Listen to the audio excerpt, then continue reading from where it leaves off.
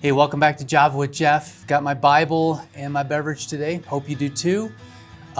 Hey, I've got a question for you. What's the most important city in the world? Or to ask it another way, which city is the center of the whole world? It may be a strange question. I mean, is it Rome? Is it LA in the United States? Is it Istanbul, Tokyo? I mean, which city is it? And I actually think there's a literal city that is the center of the whole world, because we're going to lean into the Bible. What does the Bible have to say about that? And the Bible actually says, well, Jerusalem is the center city of the whole world. Because Ezekiel chapter 5, verse 5 says this. This is what the sovereign Lord says. That's kind of important. This is Jerusalem, which I have set in the center of the nations, with countries all around her. And so, pretty straightforward. The question is Jerusalem still the center city of the whole world? And I believe it actually is. Today happens to be the day where elections happen in Israel, and Netanyahu is now the prime minister of Israel again. He's coming back to take that role again because they voted, and now he's in that position.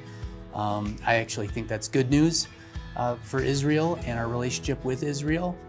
But it's interesting to think that if Jerusalem is the center city of the whole world, and all the events that took place there in the past and the present today, and what's left to be taking place in the future, well, the Messiah Jesus is going to return in the same way he left to the Mount of Olives in Jerusalem, then we ought to pay attention to what's going on in Jerusalem. So that may not be on your radar, and you may not be paying attention to those things, but I do.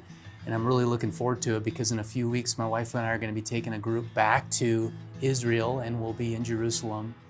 And it's exciting for me to pay attention to the events that happen in the Middle East, but specifically what happens in Jerusalem. So this is a little different Java with Jeff today, but I encourage you to tune in to news that happens in Israel, and specifically Jerusalem, because one day, as followers of Jesus, Jesus is going to come back.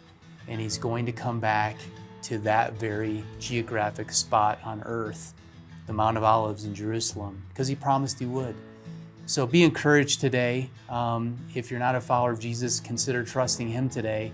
But if you are, be encouraged and have your eyes on Jerusalem. So have a good day. We'll see you next week.